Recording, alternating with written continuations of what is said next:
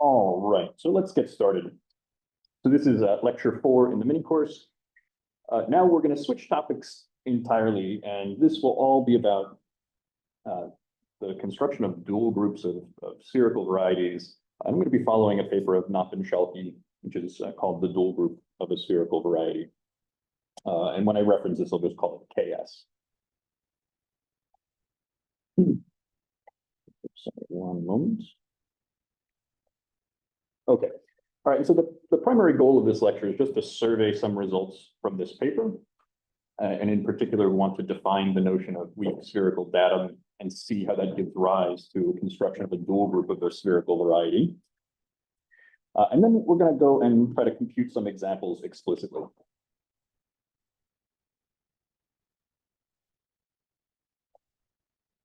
Okay, and so the motivation for this construction and how it fits in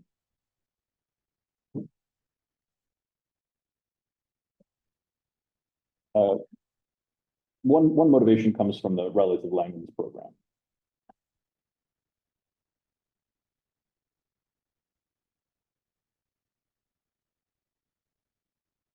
And so these results of Knopf-Schalke, these sort of give, sort of describes the structure of dual groups of spherical varieties.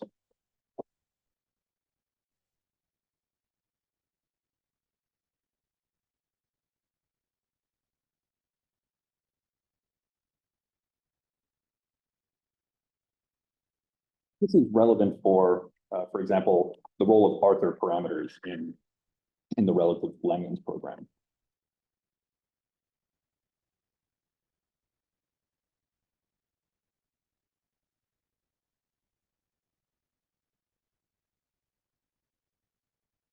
As formulated by Saklarich Venkatesh. Okay, so let me just do one quick diagram. Here. Okay. So in particular, Knopf and Schalke, they construct the following poset groups.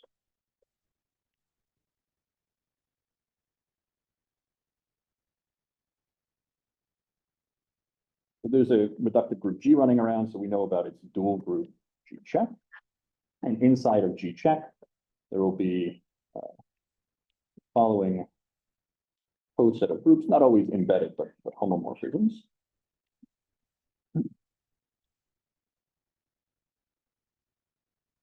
P is just going to be the maximal torus.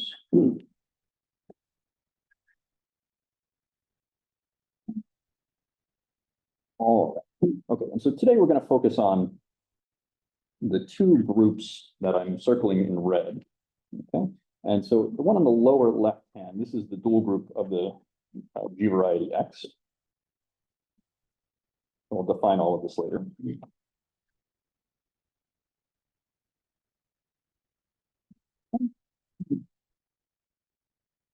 And this is a parabolic subgroup of the dual group.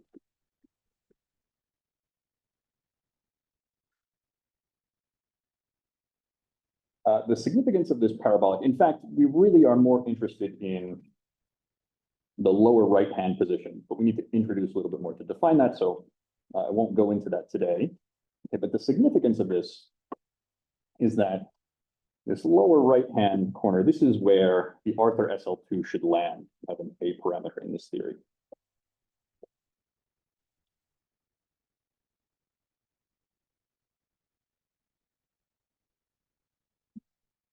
All right. Okay, but again, today we're just going to focus on the two groups which are circled in red. Okay. Any questions before I get going? All right.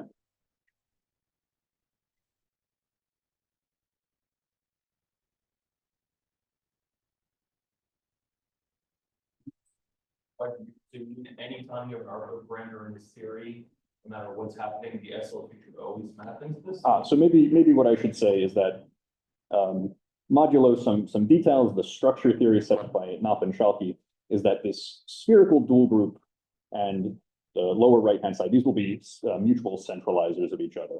And so then if you want your L parameter to go into the dual group of the spherical variety, then the Arthur SL2 basically has to go into this other piece. Yeah. Yep, no trouble. Okay, so let me begin just by setting some notation. Let's go back to black. All right, so K is just going to be an algebraically closed field and characteristic 0. We'll take G to be a connected reductive group. Okay. Inside of that, we're going to fix a Borel and the Levy decomposition with a maximal torus T.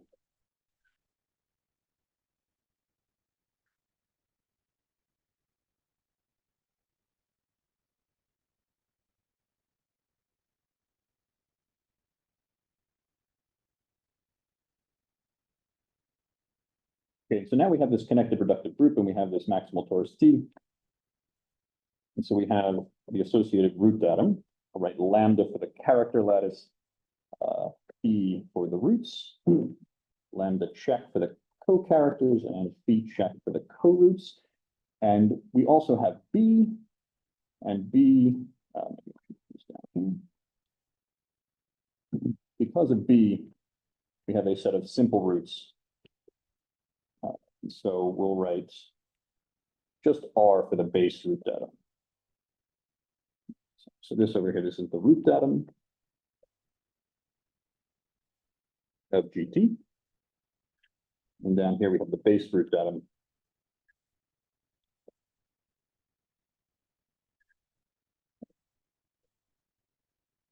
G, B, and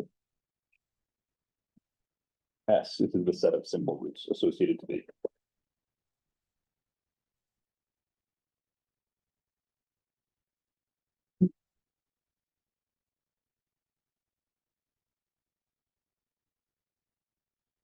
Okay, so let me begin by just writing out the, I guess I started on this other page.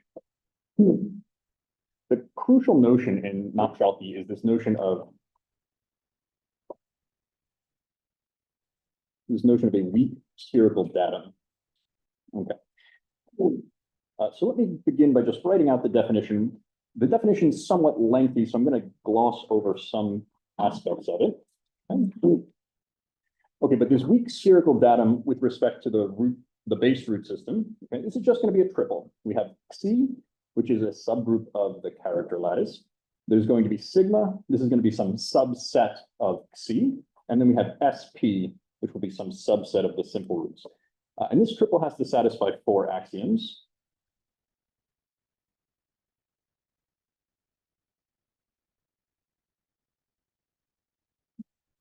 Okay, the first, sigma, this should be inside the span of the simple roots.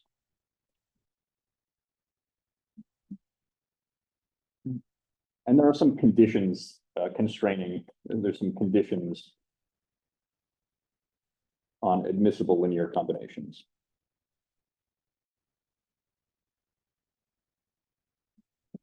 And so in particular, this set's going to be finite. This is essentially going to be the set of roots attached to the spherical variety, and we'll say a lot more about that later.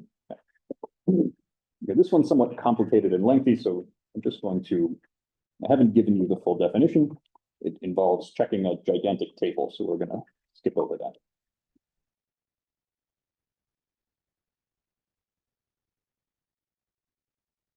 All right.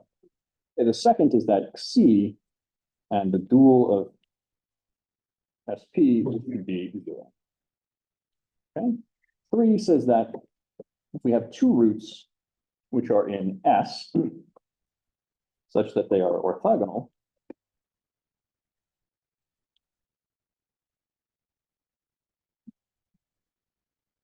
then C paired against the difference of the 2 co-roots should be 0. All right, and then finally, if we take 2 roots such that alpha and alpha plus beta land in sigma, then beta paired against alpha check should not be -1. Okay. All right, so this is the definition of a weak spherical datum. Don't worry too much about the particulars of this. I just wanted to write it down just to give you a sense of what's involved. We'll compute weak spherical datum for some examples a little bit later. But for now, what I want to do is I want to highlight some of the important theorems in Knopf-Chalky, which indicate that this is a good definition, and it will provide some constructions of objects which are relevant to the relative Langlands program. Okay, so let me highlight some important theorems. And actually, let me go back to the other page.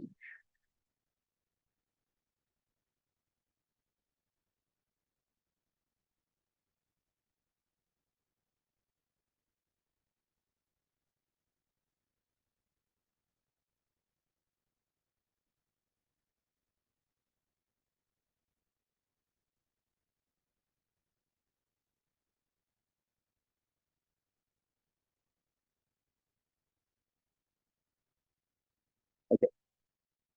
So Knopf-Chalky theorem 7.1 says, let's see, oh, and in fact, let me, rather than writing this over and over again,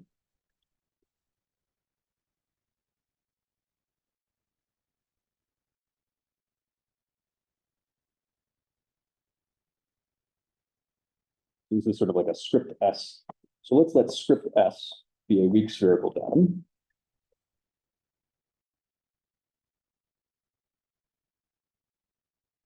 And again, remember that there's actually a root system of G, a base root system of G running around.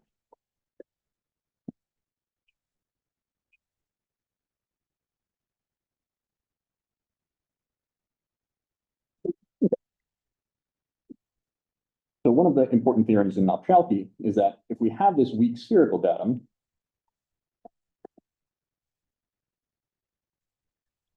then from that, we can construct a root datum. C sigma, we can take the duals.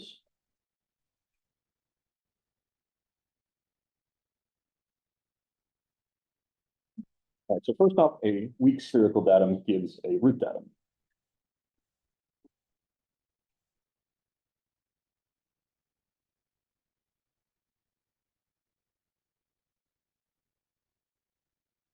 Proposition 5.4 in the same paper, this says, if we have X a G variety,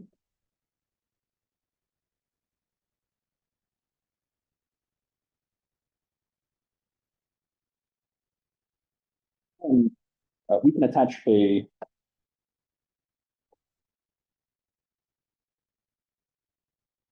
good weak spherical datum to this G variety. Okay, so this is good is me editorializing. Good is going to be sort of defined in terms of the results that follow from this. So this is going to be a good notion because it will produce a good construction of a dual group for a spherical variety that is sort of relevant for the relative Langlands program. So that's sort of what I mean by good. We're going to go through this construction somewhat carefully, but a little bit later because it's a bit involved. So we'll come back to this.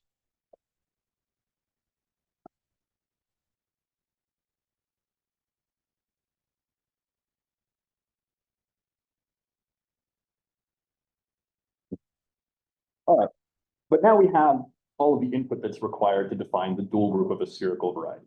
Okay, so we're just going to be putting together the two results that I just described. So proposition 5.4 says if you have a G variety X, there is a weak spherical datum which is attached to it. And theorem 7.1 says that if you have a weak spherical datum, then you have a root datum. Okay, and so we're just going to define the dual group of a spherical variety to be the dual group attached to the root datum.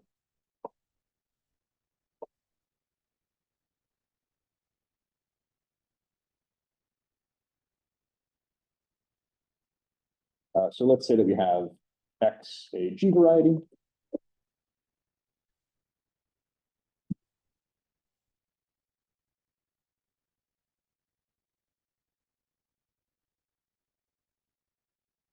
then we can define GX check to be the connected reductive group over K, which is attached to the root datum.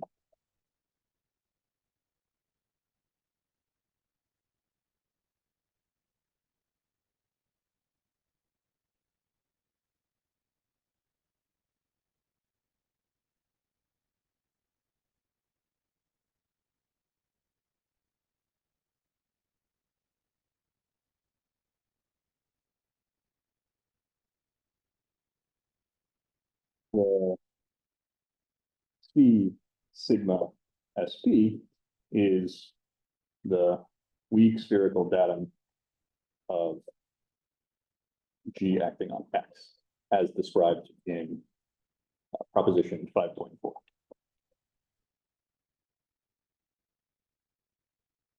All right.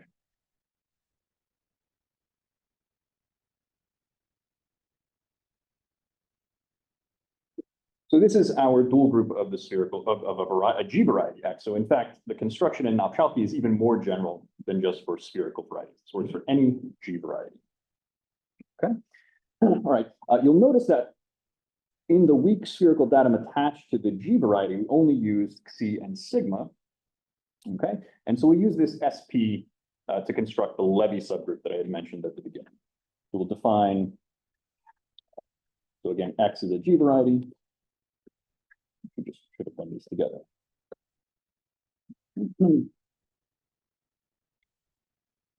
This has a weak spherical datum.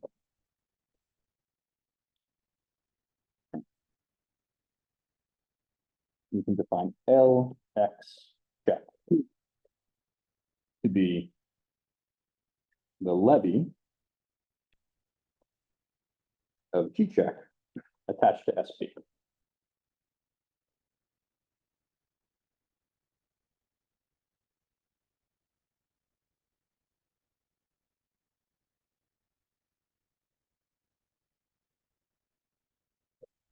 Yeah. Checking this hat, or you had L something was the parabolic. Oh, if I said parabolic, I meant levy. So the L is a levy. There is a difference between the check and the hat. So what I've just described is this check construction, this check. Yeah. Thanks. Yeah, I wrote parabolic. I definitely meant to write levy. Thanks.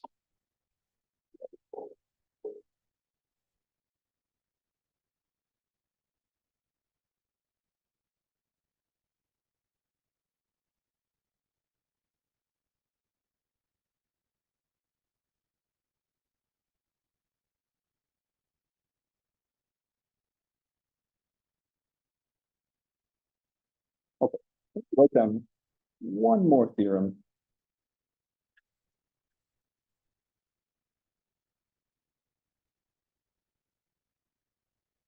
This is theorem 9.7.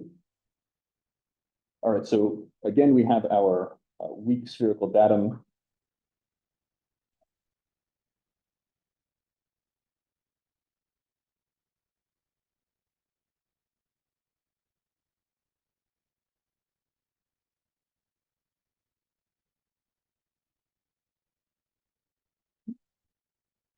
All right, and then there exists some map phi, which goes from the dual group of this weak spherical datum into the dual group of G,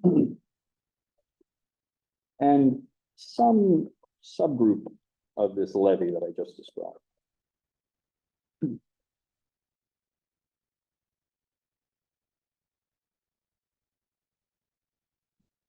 That's that P GS and L wedge S commute are commute.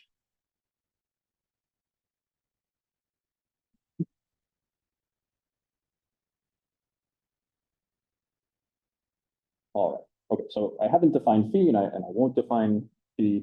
I haven't defined the subgroup and I won't define the subgroup. And then also, this is not just any homomorphism, it's a so-called adapted homomorphism.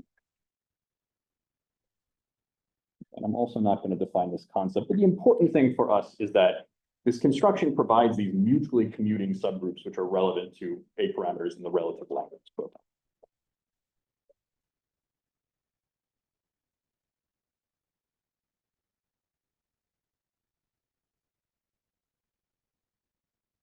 This theorem 9.7 and sort of the follow-up in the paper.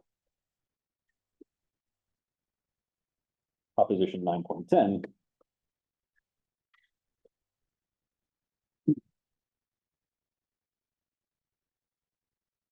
Relevant to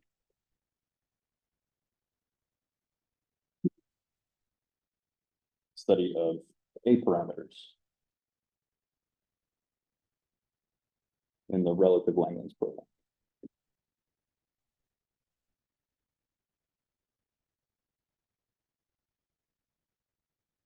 Formulated by speculative Schellenbach.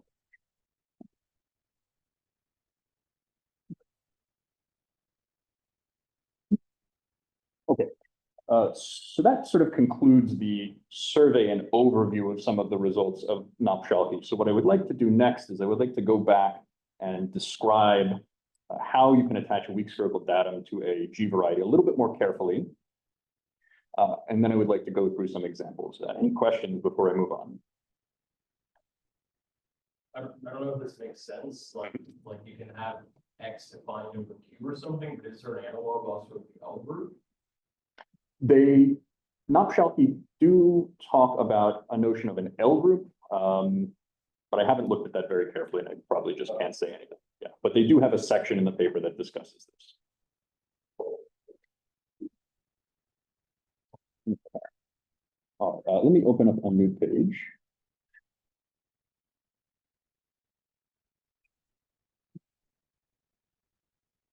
Okay, so now we're going to sort of go back to this question of how you can attach a weak spherical datum to a G variety.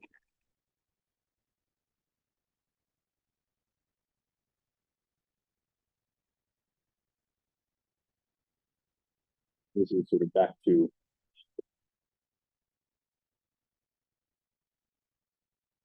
this proposition 5.4. All right. Okay, so we have our G variety X, and I want to introduce this weak spherical datum. We know that it's a triple C sigma SP. Now I'm going to define each of the components here. We're going to start with sigma, although I'm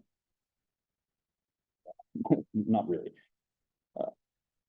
So this sigma, this is the so-called spherical roots.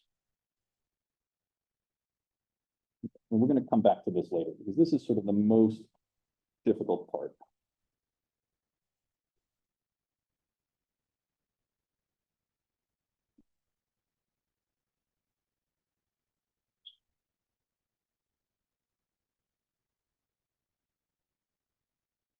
C is going to be the Z-span of sigma, and this other component, which I'll define right now. Okay.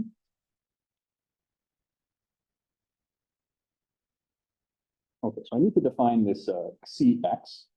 So the first thing that I want to do is I want to take the function field of x, and I want to look at the B semi-invariance of this.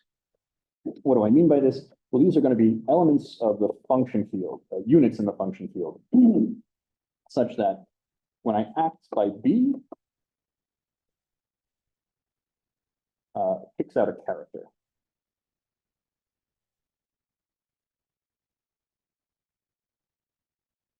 Oh, sorry, and this is what we were calling a lambda. Okay. All right. If I have such a function, well, I can just send that function to lambda. Okay, so I get a map from the B semi-invariance of the function field to the character lattice. Okay. Okay, and this is a group homomorphism.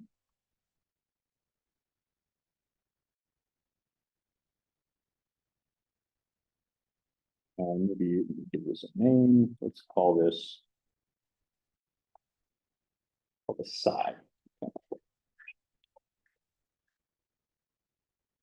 Okay, so C of x is just going to be the image of psi inside of lambda.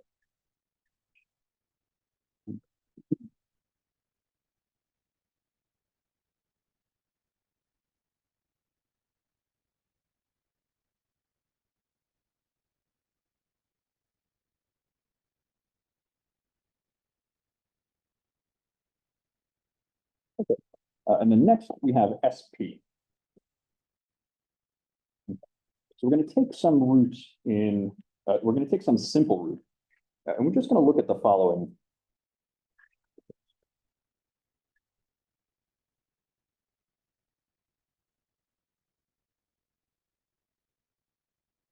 I want to see if there's a dense open subset, sorry, dense subset,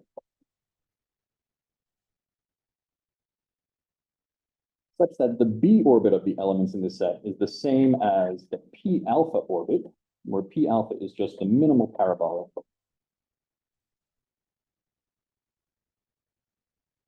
attached to alpha.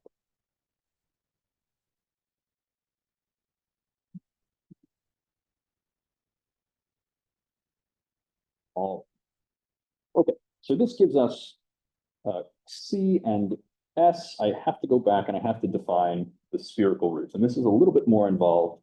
So before we go down this road, any questions?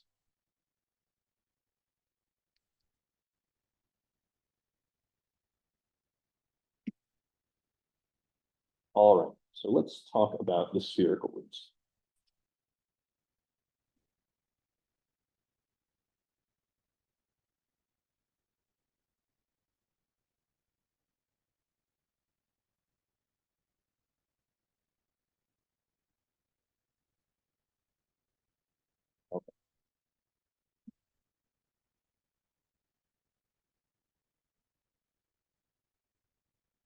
Okay, so first, for simplicity, I'm going to assume that X is spherical. Okay, and so this just means that X is normal and B acts with an open orbit.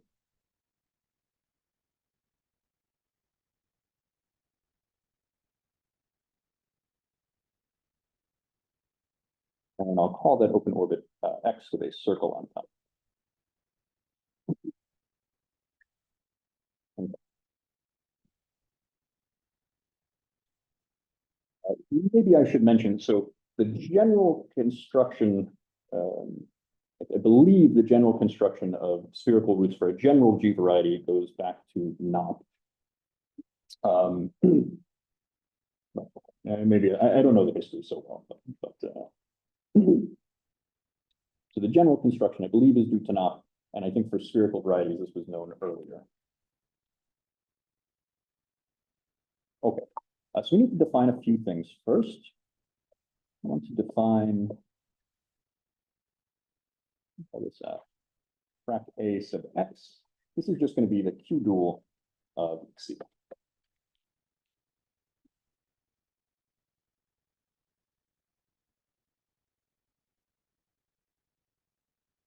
We're also going to introduce a cone, script V. This is the cone generated by Q value G invariant valuations on the function field of X.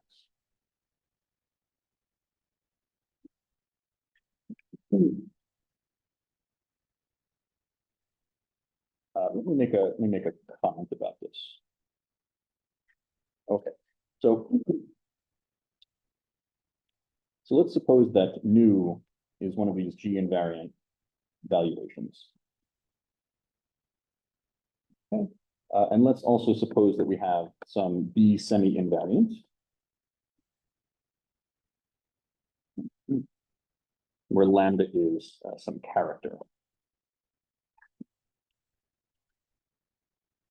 Okay, and so then this embedding of the cone into AX, and it's not clear that it's an embedding, that's a fact,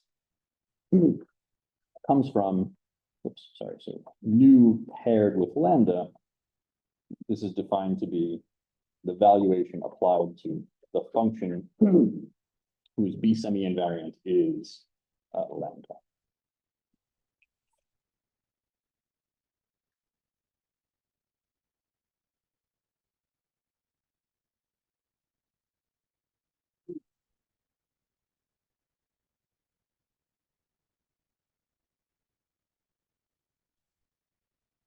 Then we can define sort of the negative dual cone, and this is just going to be elements of C tensor R,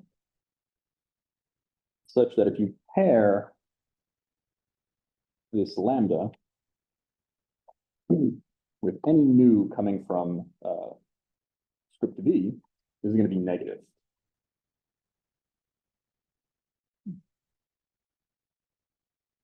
So this is a strictly convex negative dual cone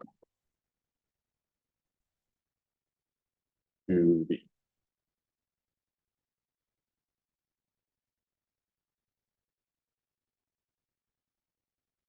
All right, and now finally we can define sigma.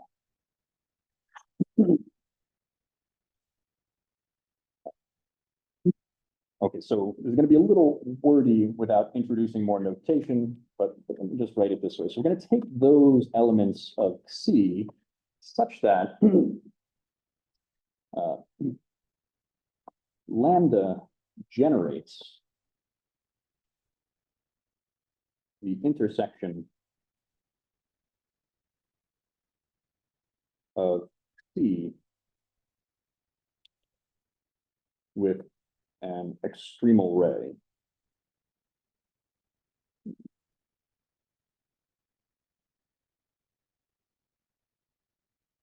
of V perfect. Okay. All right, so this V perfect, this is a cone sitting inside space, and there's a lattice also in this space. And we can look at all of the extremal rays, and we can take an extremal ray, we can intersect it with this lattice, and then we want to take the generator of that intersection. Okay. And so that's going to give us this set sigma, and this will turn out to be a root system. So extremal ray means a ray of boundary. Yeah, so it's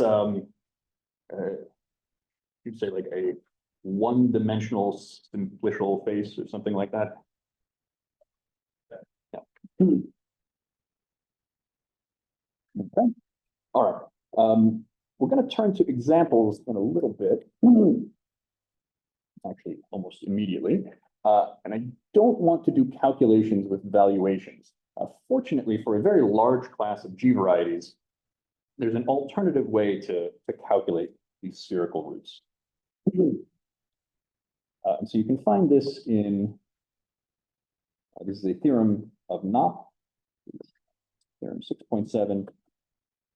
In Knopp, he has a GEMS paper from 96.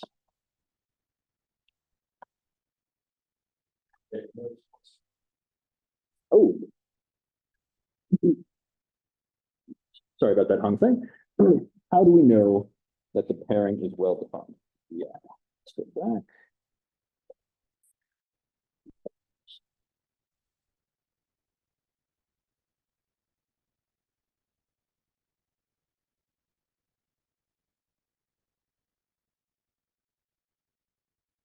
Okay. So Hongfei has asked a question about how do we know that the pairing is well defined? And so I believe they're asking about the pairing between a G invariant valuation and a character, because this requires choosing some element of the function field which has that semi-invariant.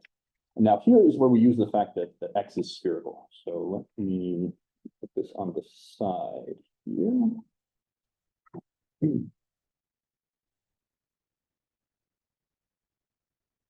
So X spherical implies that if F1 and F2 have, like this, if these two elements have the same semi-invariant,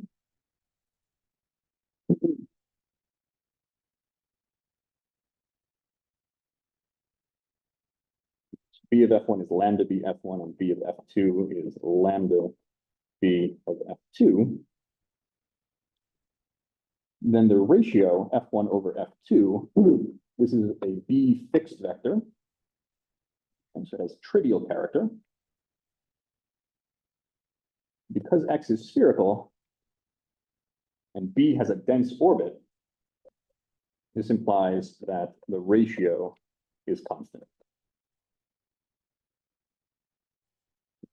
And so because of that, it doesn't matter which, oh, and then there's one other thing that I should have said.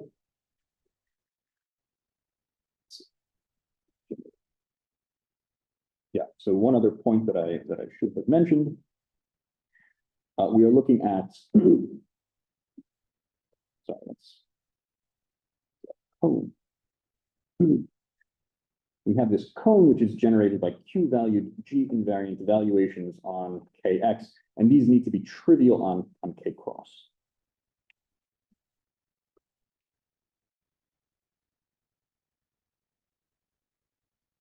I did forget to mention that, and that is important for the well-definedness of the clip. All right, thanks for the question. Any other questions? What is C? C. Yes, maybe it would be faster if I just write it again. Yeah, let me do that. Okay, C. So the important thing is that we have the function field, or the B semi-invariance of the function field. Okay, so if I take some element in here, and I use a subscript lambda, where this lambda is some character of the torus. Okay. All right, so this f sub lambda, what do I mean by this? I mean, this is something that translates by scales by lambda when you act by b. And so what we can do is we can just take this element of the function field and we can send it to lambda inside of lambda. Okay? And then you can prove that this is a group homomorphism. And you can prove that it's trivial on, oh, okay, it's easily seen to be trivial on the constants.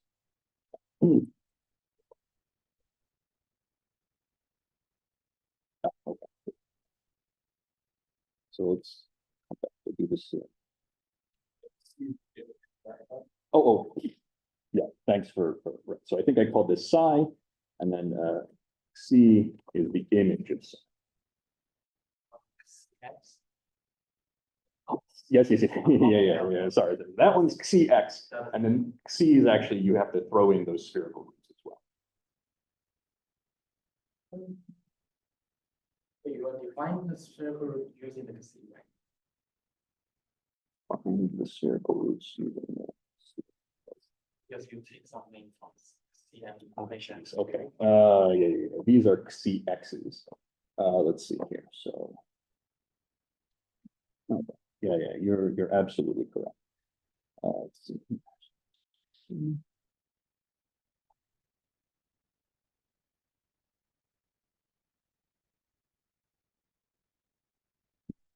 They're going to have the same rank, and so maybe.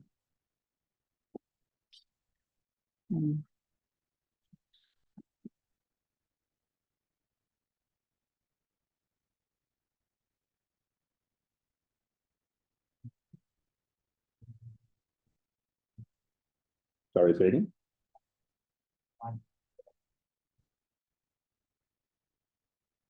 Hold on a second.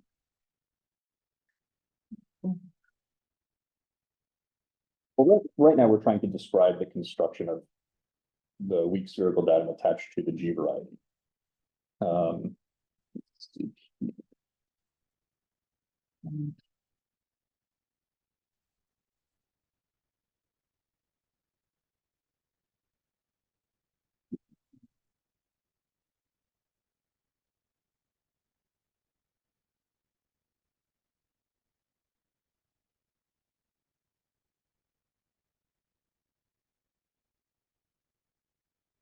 Okay, so yeah, it's a little careless here. So okay, so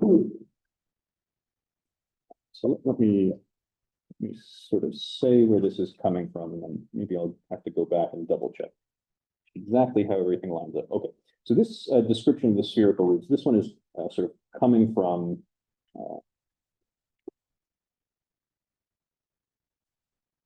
in Snack-Lord-Issue Venkatesh. Okay, so they're only working with spherical varieties.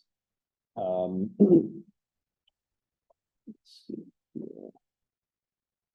And in their construction, they're only using CX. So let me change all of this to CX.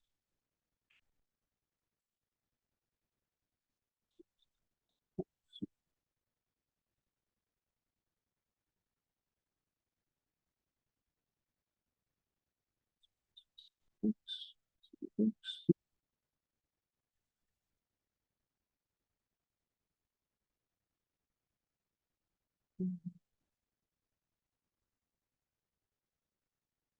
Okay. All right.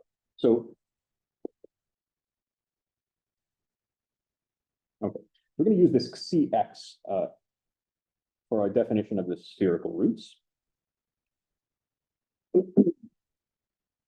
And I'm going to have to go back and look at Nopshalki to see exactly what this discrepancy is due to.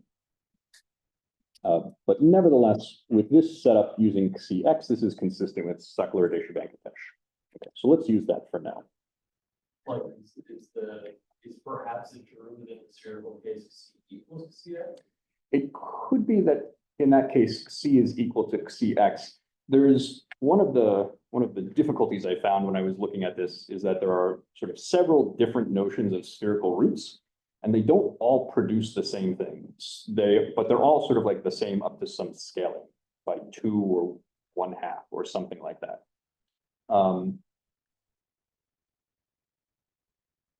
There are a couple different possibilities. It could be that when you work outside of spherical varieties, you can actually get some sort of separation between Xi and Xx. What I can say for sure is that in Saklar-Deshabankatesh, they're just using Xx in their definition of spherical roots, which again sort of goes back to earlier work. Although my understanding is that this definition where they sort of they pick the generators of these extremal rays. My understanding is that is due to Saklar-Deshabankatesh. Okay, so it's a little bit convoluted, but for today, let's use this CX sort of following the exposition in Saklar-Deshabankatesh for these spherical roots. Yes, but yeah. Somehow we're characteristic 0 and have where closed, but because we're in the spherical situation, Mhm. can you still get non-reduced system? Let's see. So this construction.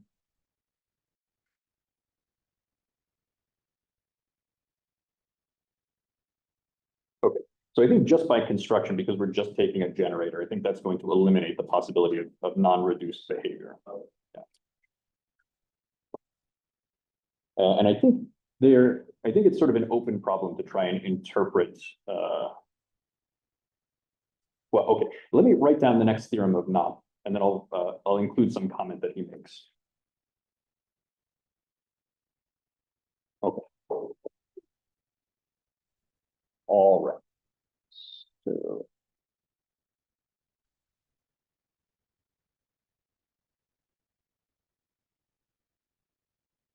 Okay, right. Okay, so we're going to take a look at some examples in a moment. And we'll look at symmetric space varieties. And for these, there's a much more direct way to calculate the spherical roots, at least up to normalization. And so this comes from a paper of Knop. So this is theorem 6.7 from Knopp's Jams paper in 1996. And it says that if you have the G variety X, and this is a symmetric space,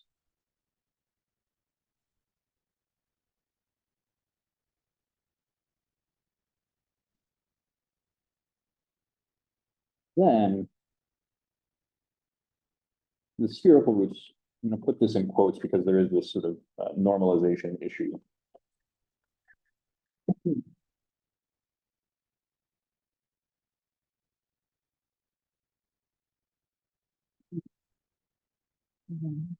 So I'll explain the notation in just a moment. So this is so it's equal up to some normalization.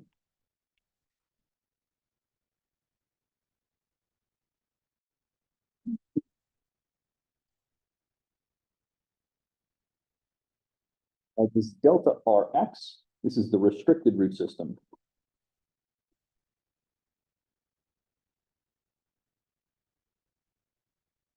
Of the symmetric space.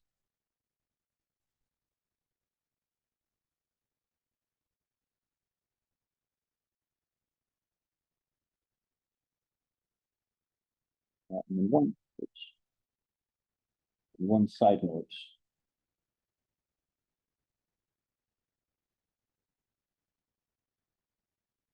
Symmetric implies spherical.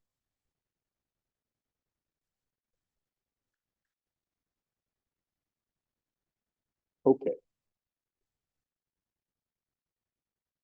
All right. Okay, so now we've attached a weak spherical datum to, okay, so we didn't go through the explicit construction for an arbitrary G variety, but at least for spherical G varieties, we have defined all of the pieces of this weak spherical datum. And so through the work of Knopf-Schalke, there is this way to attach a dual group to it. And in particular, we also have information about the centralizer of that dual group of the spherical variety inside the dual group of G. All right. Okay, so now we'll go and work through a few examples. The more complicated examples will be of symmetric spaces, and so we're going to use this theorem of Knopf to replace calculations with G invariant valuations with just computing some restricted root systems for symmetric spaces. And this is much easier to get your hands on. Okay, so I'll move into a few examples. Are there any questions before I do that? Is one of your examples going to just be the case of G acting on G cross G? I am not going to go through that one. So like, what is the, somehow if you specialize this back to like classical dual groups? Yeah. What is this God-given levy? So in that case, So it's usually not a God-given levy, right? well, part of the input datum is the base root system. So sort of inherent at the beginning is already a Borel and a torus. Oh, is it the torus? Is that? It should be the torus. Yeah, okay. yeah. Oh, okay, that makes sense. Wait.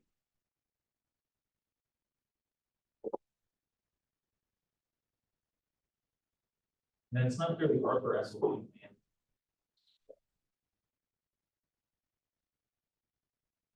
Remember for that one, the group G in that case is actually G cross G. Let's talk about that one later. The main reason why I didn't want to do that one is because you have to set up sort of like double notation and just, it's, yeah. Okay.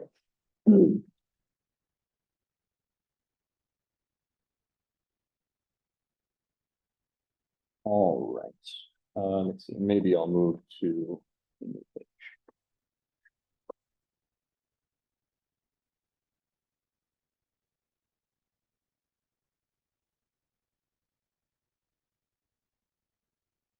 All right.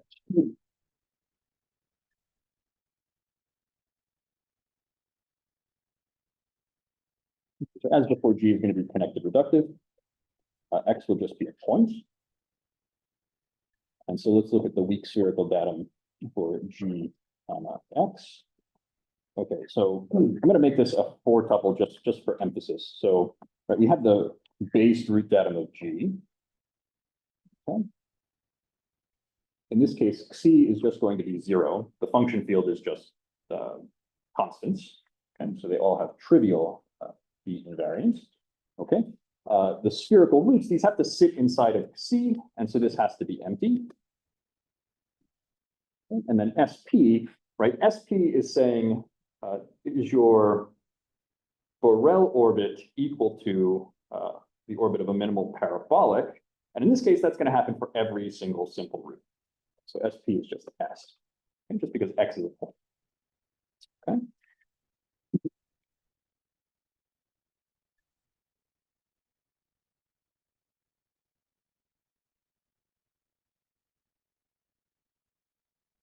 All right, 2. So again, G will be connected reductive. And now I'd like to take X to be the flag red, G mod P for Borel.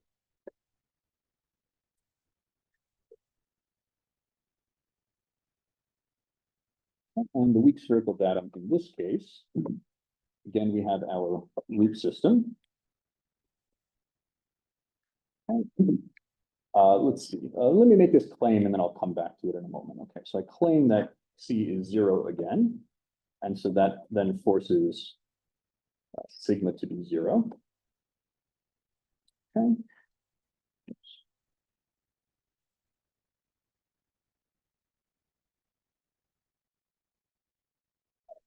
And now this time, we're looking at how minimal parabolics act on essentially the big cell. Okay, and this will, any minimal parabolic will move you outside of the big cell, and so SP is going to be empty. Okay, all right, so in some sense, the flag variety is the one that sort of contributes the trivial weak spherical data. C is 0, sigma is empty, SP is empty.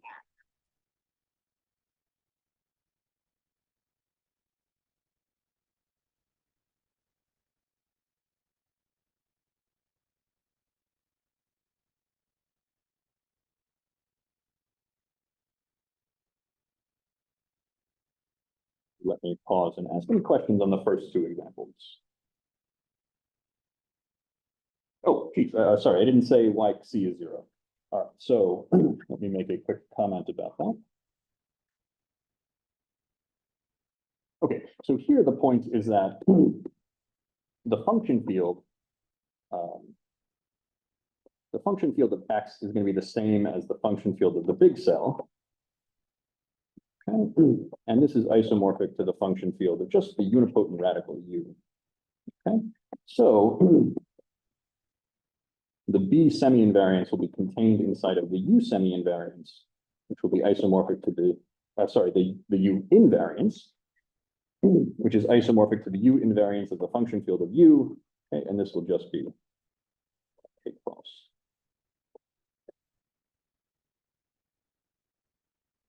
Okay. All right. Okay, so now I'll turn to a more non-trivial example.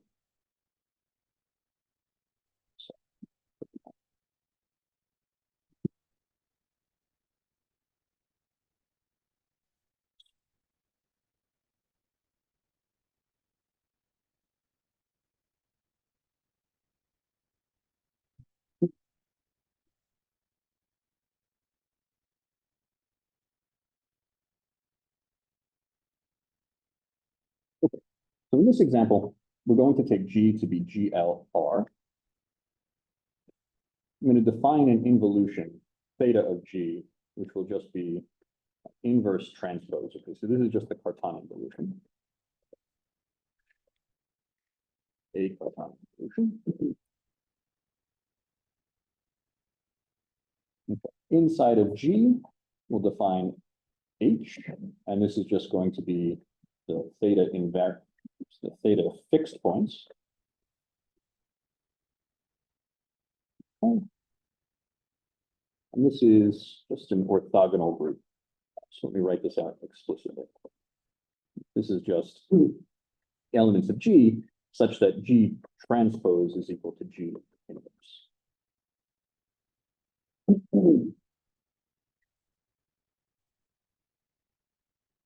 Okay, we'll take T to be the diagonal elements. Okay, so this is a maximal torus, but this is also a maximal theta split torus.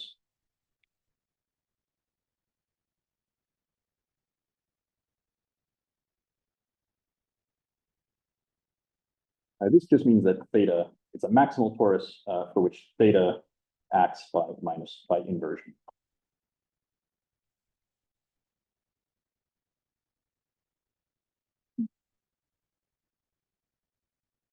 And we'll take the Borel subgroup to be the upper triangular matrices.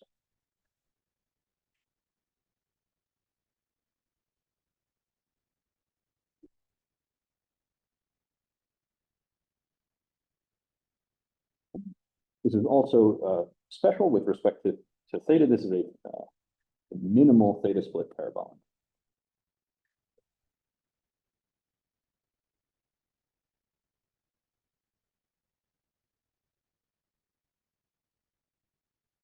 And this just means that B intersected with theta B, which in this case is just T, is a Levy.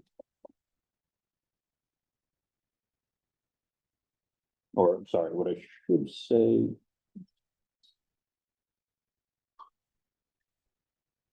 Sorry, what I should say is that theta B is the opposite parabolic. And so then in this case, when you intersect them, you'll get back T. All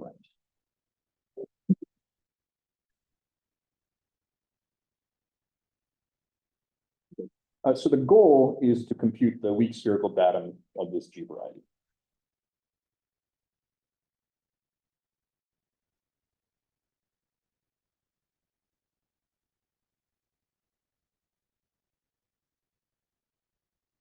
Guess I didn't define X. X is G mod H. All right.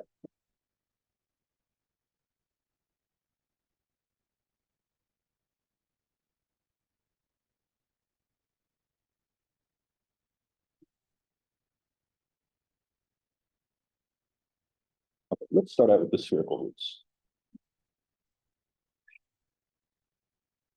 Okay, and we're going to use the result of NOP. So we have this symmetric space. We can compute its restricted root system, and by the theorem of NOP, the restricted root system is related to the spherical roots.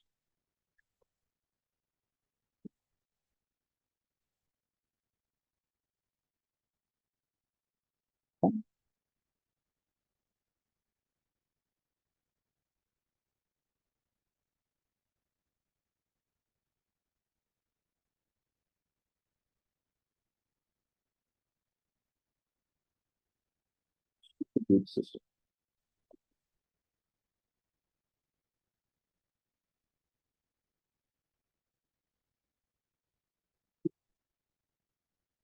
All right. So because we're dealing with a quarton involution, and we have a maximal torus, which is also theta split, this just amounts to the roots of GT are the same as the restricted roots.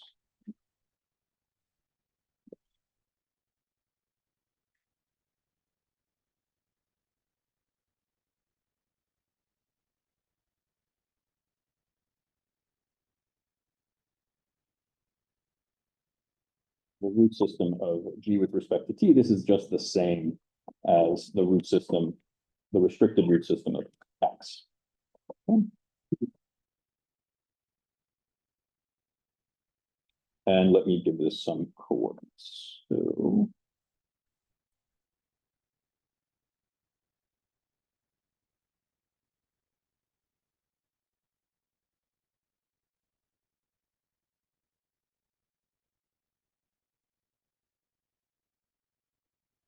J is just going to be the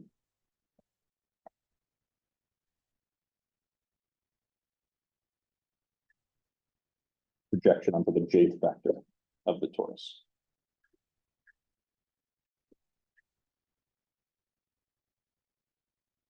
Okay, so just the usual root system.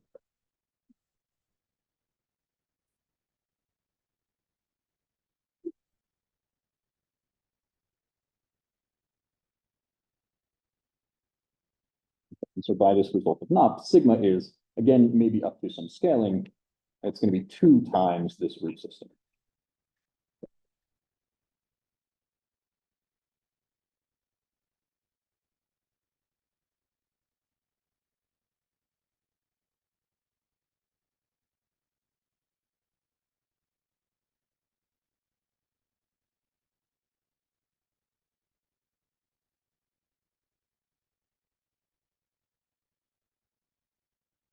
Okay, so now let's go to the calculation of CX. We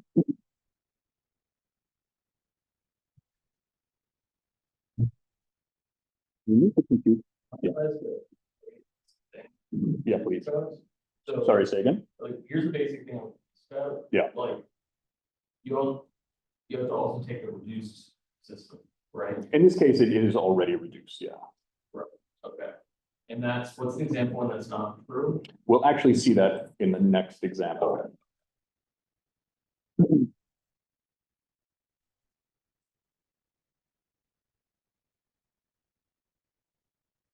But I think the standard example is if you use the outer automorphism on type A,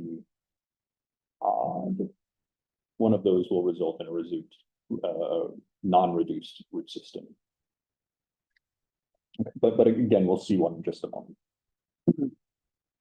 Okay, all right, so what we need to do is we need to compute the B semi-invariance of the function field.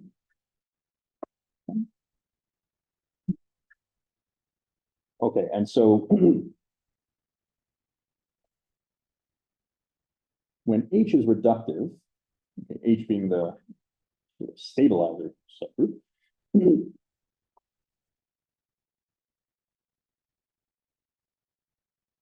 if we take any element, any B semi-invariant, then in fact we can find two regular semi-invariants such that F is the quotient.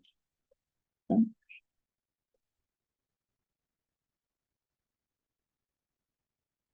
Okay, so now we can compute B semi-invariants, but among regular functions as opposed to rational functions.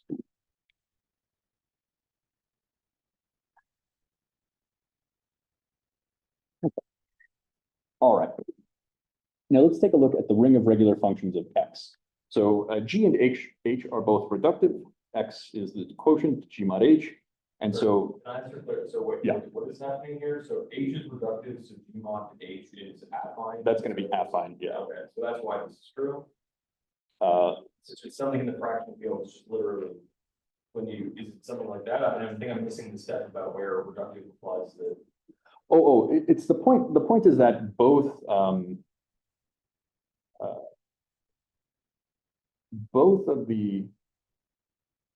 both U and V are themselves B semi-invariants.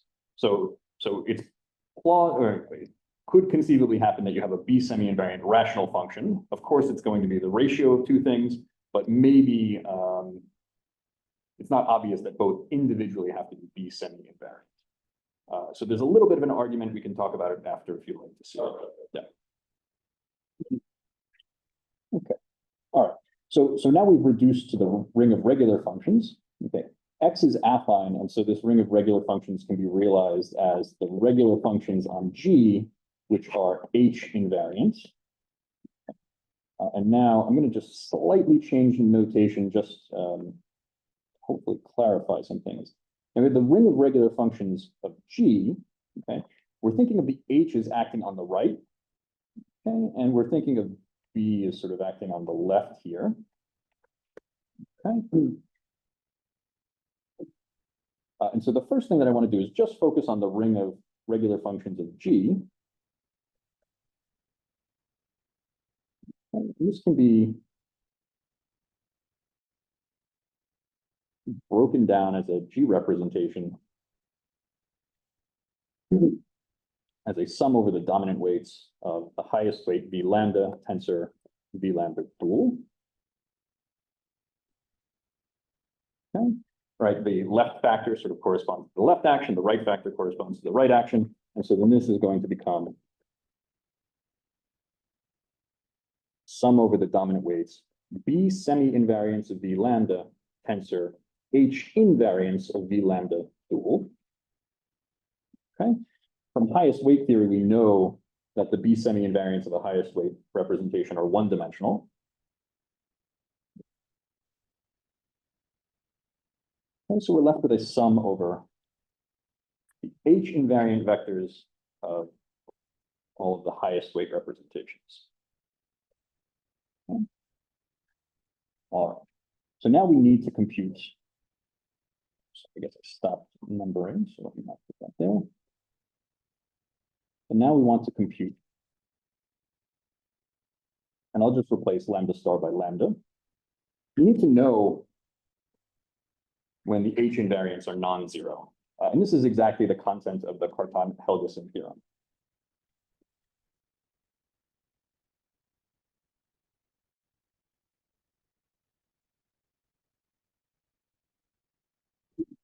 And it says that these H invariants are non-zero if and only if lambda applied to T intersect H is trivial. Okay. T intersect H, these are diagonal matrices that are also orthogonal, and so you just have plus or minus ones down the diagonal. So in particular, this is non-zero if and only if lambda is in the span of 2 E1, E2, all the way up to ER.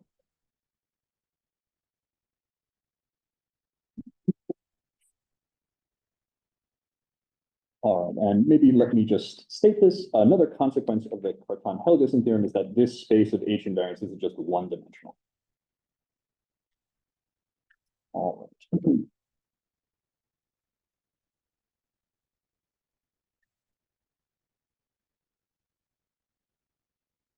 Okay, so if we put everything together, this C is just the sum of 2EJ. Oops, taking the sum over J goes from 1 to R.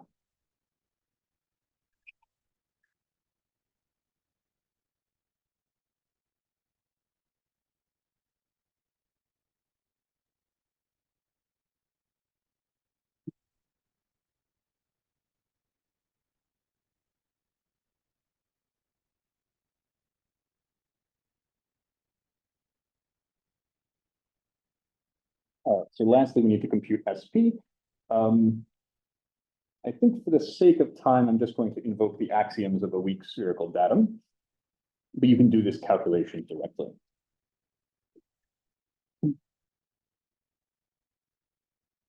Okay, so by the second axiom, we know that C paired against SP check should be 0. And so this tells us that SP has to be empty.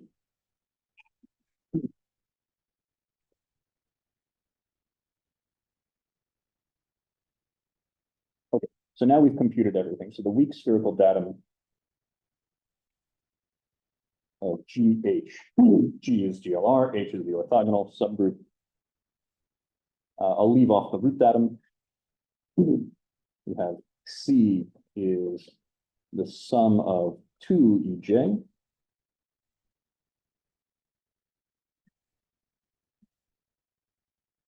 We have sigma is sigma. Sigma is simple roots, and so we'll just have EJ minus EJ plus 1.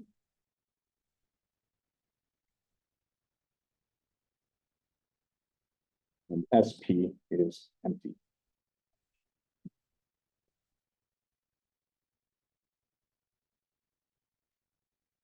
All right. Okay. Okay, so now you could go through and actually write down what the dual group of this spherical variety is. I actually want to get to the next calculation. We'll go through that last step a little bit more carefully there, because the next one will be this F4 spin 9 example that we saw in the exceptional theta correspondence. Okay, so any questions before we move on to the F4 spin 9 example? I'm completely fine if it's a sleight of hand and you just don't want to talk about it. Okay. But in the calculation, yeah, sort of, it's slightly confusing to me that, like, for instance, could you scroll up for 1 second for like yeah, of course. Peter Weil theorem? Cartan-Helgason. No, Oh, the Peter Weil part. The Peter Weil part. Yeah, okay. That's over. Yeah, right there. So, like, in both of these things, somehow maybe I'm just like missing some basic things, but like when you're actually computing C from the setting invariance, right? Yeah. Okay. It seemed like it was important to actually know what the oh, I guess it's not. So somehow you actually don't really care. So somehow you just got rid of B lambda B setting invariance. A priori there really is no function that you don't actually care what it is. You really can just ignore. Like you just replaced B lambda B tensor. You didn't keep track of what like vector. That's right. That's right. So yeah, that doesn't matter, I guess, is the point, because it only depends on which lambdas matter. Is that right? Yeah, that's right. Okay. That's right. Yeah. Okay. And in fact, I mean, we know what those well, okay, yeah, I guess it depends a little bit, right? I mean, those functions are just sort of coming from the highest weight vectors. Right. Yeah. But it doesn't matter. It doesn't matter. Okay. That's right. Yeah. Thank you.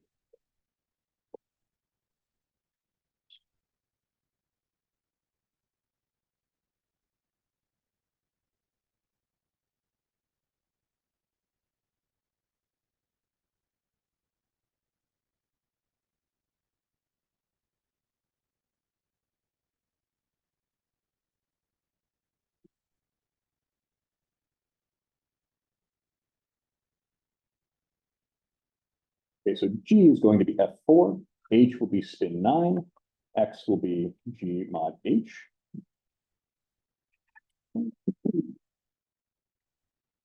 And the first thing is that X is a symmetric space.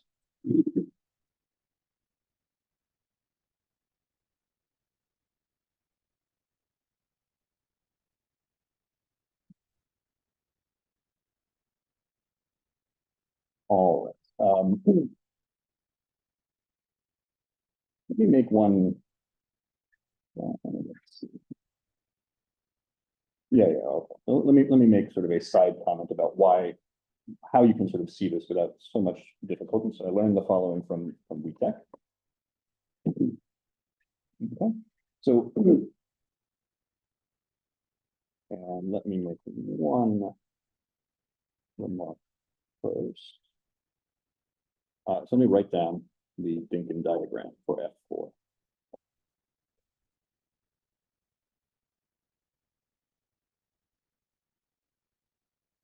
The extended affine Dinkin diagram. Okay, so the first thing that I want you to notice is that if you look at the 4 vertices to the left, this is of type B3. And so in particular, and in fact, it corresponds to a spin 9 subgroup of F4.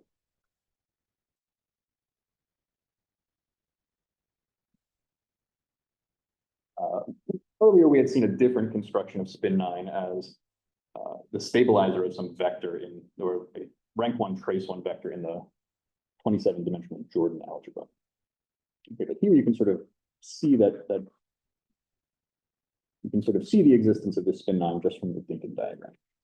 Okay, but in fact, we're claiming a little bit more. We're claiming that this arises as the fixed points of an involution, and you can see this in the following way. You can look at this spin 9 subgroup, and you can compute, or you can check that it has a center. Let's say that this is generated by an element Z, maybe Z0, and you can check that this is a cyclic group of order 2. Then you can define theta, the conjugation by Z, as an automorphism of F4 to F4. Okay. And following is not so hard, but maybe I won't go through the details.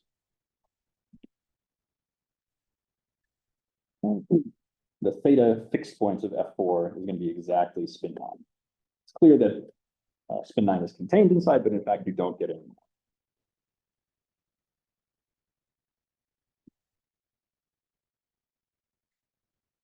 Okay. All right, so this gives a nice sort of conceptual explanation of why this is a symmetric variety. It will be convenient for our calculations to have a very explicit form of theta. And so I'm going to describe that next, and then we'll be able to sort of follow the same pattern that we used in the previous example to write down the weak spherical datum.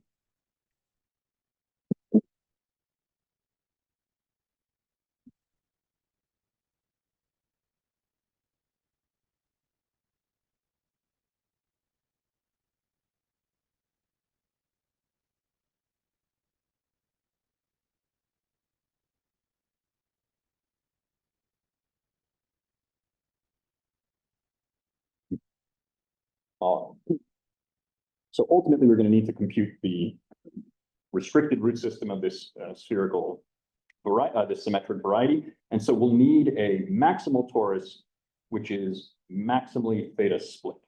So we need theta to be acting as inversion on as large a subtorus as possible. And so this particular choice of theta will easily allow us to compute that. All right. Okay, so we have our F4, and let's fix a Borel and fix some torus. Okay, and then we have the Dinkin diagram associated to these choices. We're going to set theta, the conjugation by alpha 4 check -1. And then we have a Weil group element associated to the 4th fundamental weights, but it's actually also a root.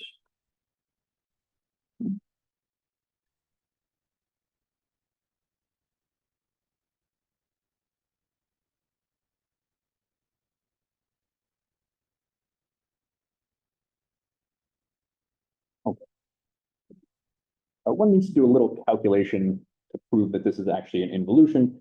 I'm going to sort of skirting the definition of this here. I'm sort of defining this sort of in terms of the usual Chevrolet generator approach. Let me not say too much about this right now, but if you'd like, feel free to ask me afterward to make that a little more precise. Okay. Okay, so this is good because T is a maximal torus with a maximal theta, sorry, not stable. I should also say that one. So it's a maximal theta stable torus with a maximal theta split subtorus.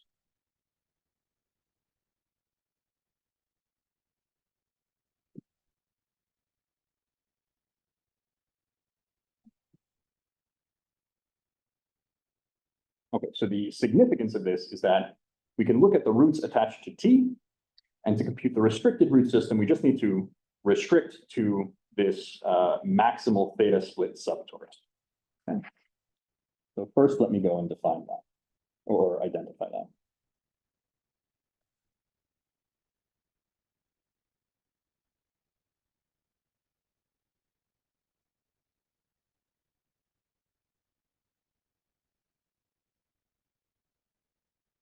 Okay, so we have omega 4, the fourth fundamental weight. It's also a root, and so we can take sort of the co-root that is attached to that, and we can use this co-root to generate a torus. Okay.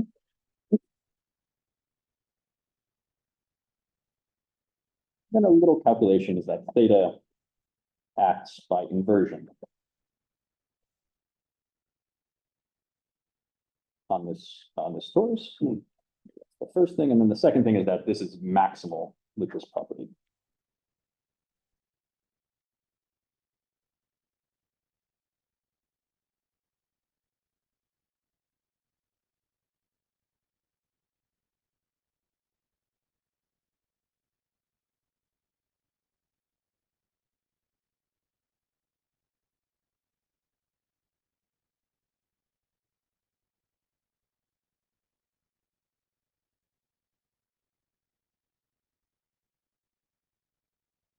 So now let's compute the restricted root system.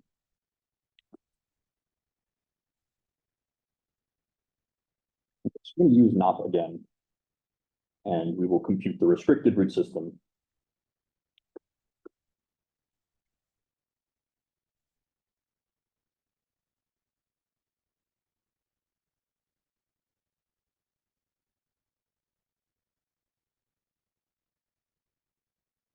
Of the symmetric space.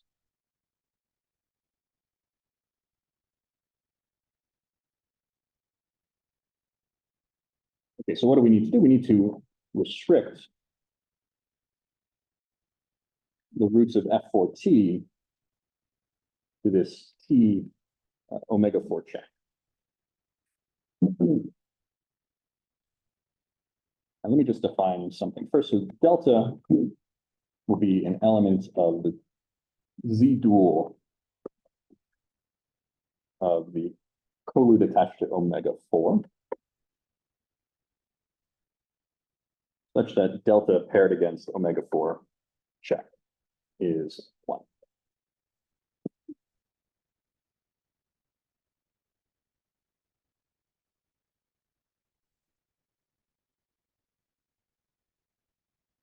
Okay, so now we're going to take the root system.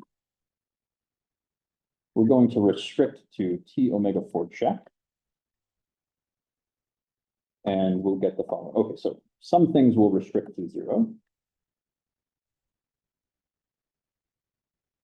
Okay, but if it restricts to be non-zero, then in fact you can show that you get plus or minus delta, plus or minus 2 delta.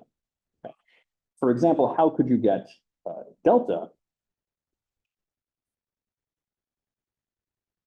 Delta comes from taking alpha 4 restricted to T omega 4 check. And 2 delta check, this comes from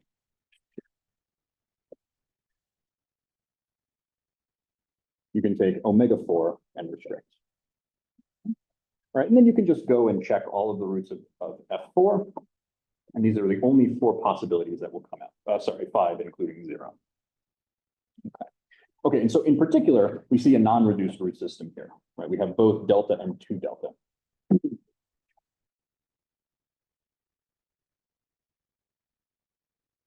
Okay.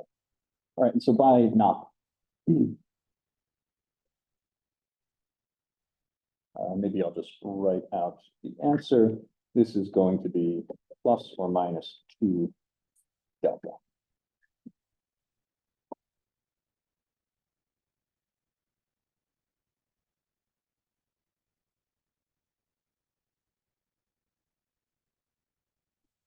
Questions on the calculation of the restricted root system?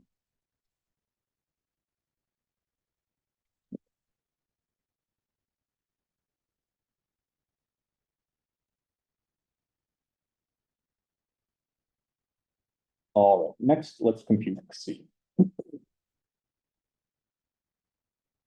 right, we're going to follow a similar pattern to what we had done before. So we need to compute the B semi-invariance of the function field, but once again, we can reduce to computing the B semi-invariance of the ring of regular functions. We can decompose this using Peter Weil, and then apply the Cartan-Helgason theorem. So let me just quickly write this out again.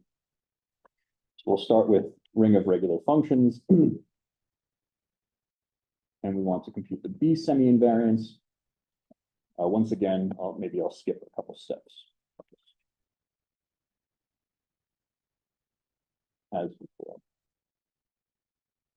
All right, we're going to get a sum over the dominant weights, V lambda B semi-invariance tensor, V lambda dual H invariance. In F4, all of the representations are self-dual, so I'll just have lambda lambda.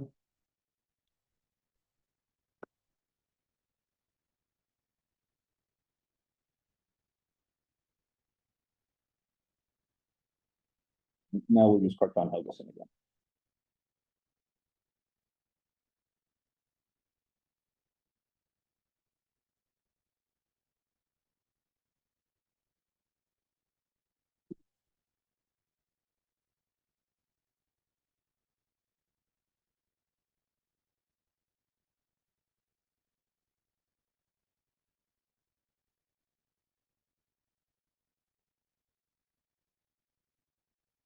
All right.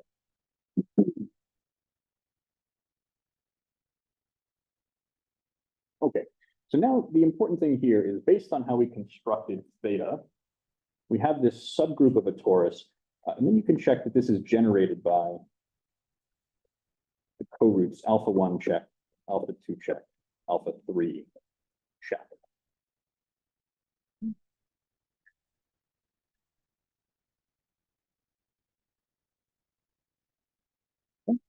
And so in particular, we will have spin 9 invariance if and only if lambda, sorry, let me write it this one. If and only if this lambda is of the form m times omega 4.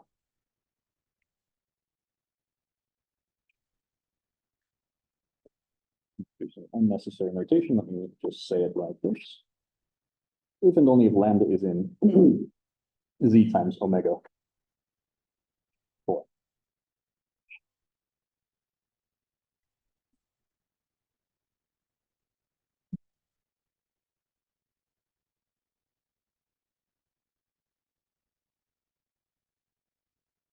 Okay, so our C is just z, the z span of omega 4, the 4th fundamental weight.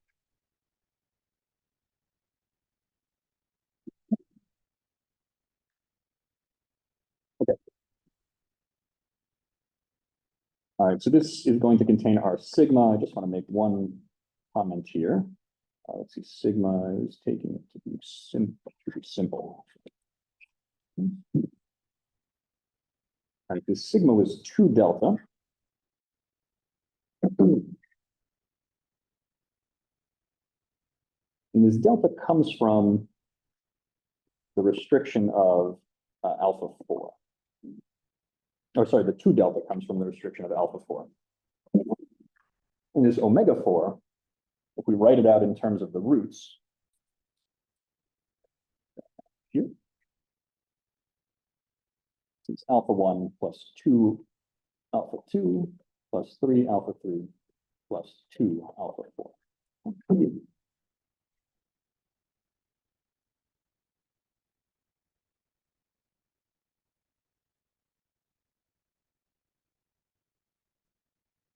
Sorry. Okay. All right, so the last thing we need to do is we need to compute SP.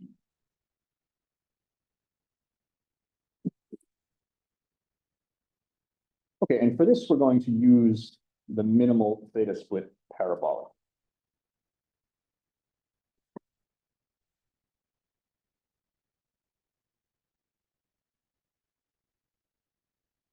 I haven't defined this yet. We want a minimal parabolic, so that a minimal parabolic p, so that theta p is its opposite.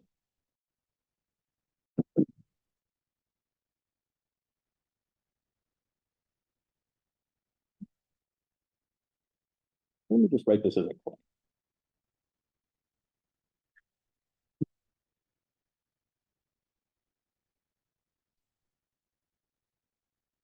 I'm going to define px to be the B3 parabolic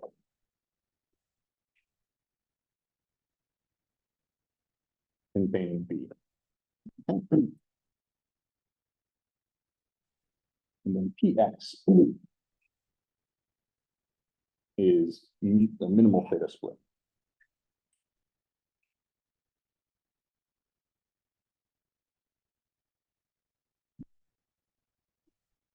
So basically, the main point here is that if you unravel the definition of theta, it's going to fix the roots alpha 1, alpha 2, and alpha 3. Let me write this down as a lemma. So theta fixes alpha 1, alpha 2, and alpha 3. You can just do a calculation. And then if you apply theta to alpha 4, it just flips it for its negative.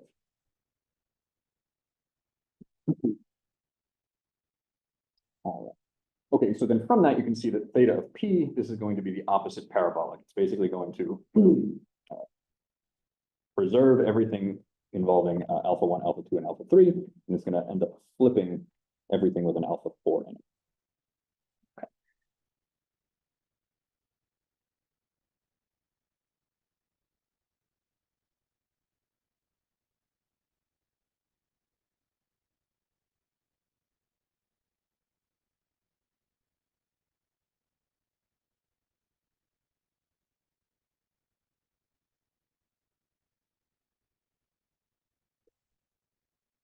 Just a couple more simple facts. Let me just write this as a proposition.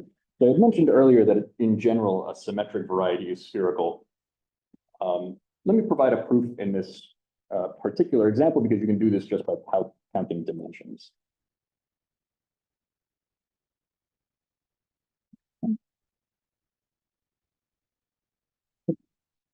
So the point is that the dimension of F4, this is 52, and it's equal to the dimension of the Borel of F4, which is 28, plus the dimension of spin 9, which is 36, minus the dimension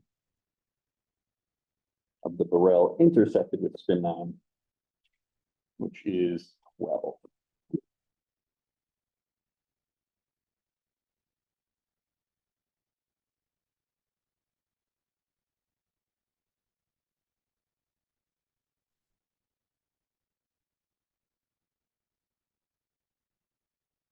So then the corollary here is that B times spin 9 inside of F4 is open. Okay.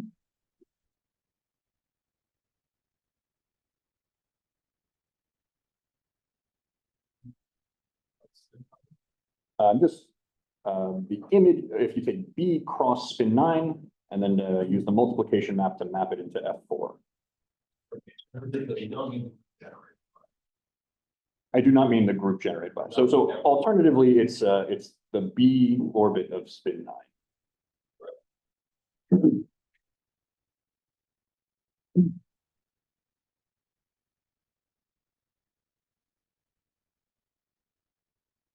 Oh, okay, I need to add one other comment. So this intersection, in fact, this is the Borel in the B3 levy. Okay, and then from that, you can also conclude that the product of Px, this minimal theta split parabolic times spin 9, is equal to the B orbit of spin 9. Okay? All right, and then the significance here is that this implies that SP contains alpha 1, alpha 2, and alpha 3.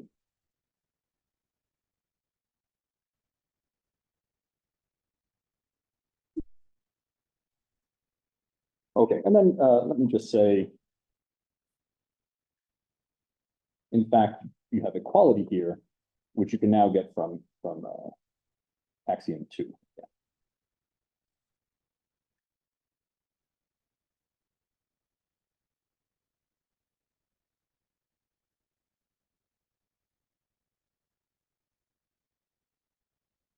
All right.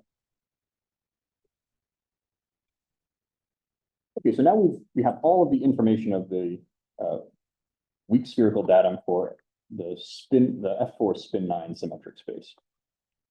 So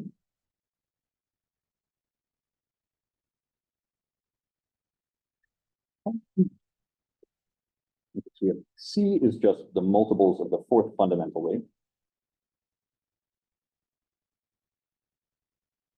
Our spherical roots are also just coming from this fourth fundamental weight. And SP is alpha 1, alpha 2, and alpha 3. Okay.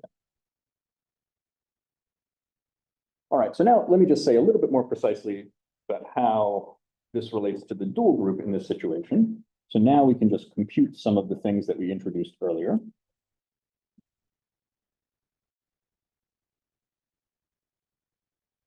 Okay. All right, so remember, we have this C, we have this sigma. We need to take the dual, okay, and the spherical root in this case generates the lattice. And so on the when we take this on the dual side, this means that our the dual group of X is going to be SL2C. UX check. And SL2C.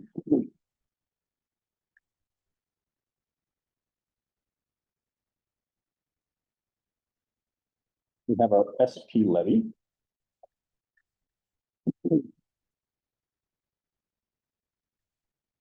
Okay. Well, coincidentally, it is SP6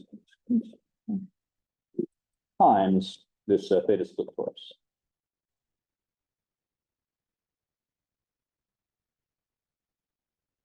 Okay. All right. So as I had mentioned in the beginning, this levy, this is sort of like a little too big for what we want. In this case, we can actually, I can easily describe the correct subgroup without defining anything. So if you unravel the definitions, which I did not tell you, you will get that the LX wedge, this is just SP6 here. Okay. All right. Okay, and then how do these sit inside the dual group? So again, I haven't sort of defined anything appropriately, but the map that you will get at the end of the day, which is sort of suitable for the relative Langlands program, is we have this direct product. Sorry, that should be a wedge. Okay. This will actually just embed inside of F4C, the dual group of F4.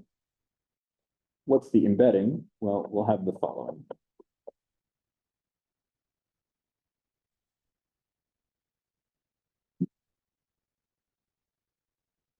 Okay, so this one you can see from the Dinkin diagram when you remove the degree 1 long root.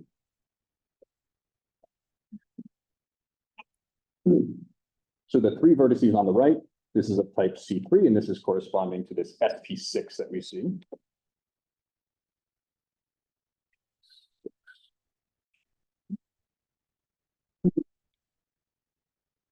And then we have an A1, which is corresponding to the dual group of the spherical variety, the SL2C in this case.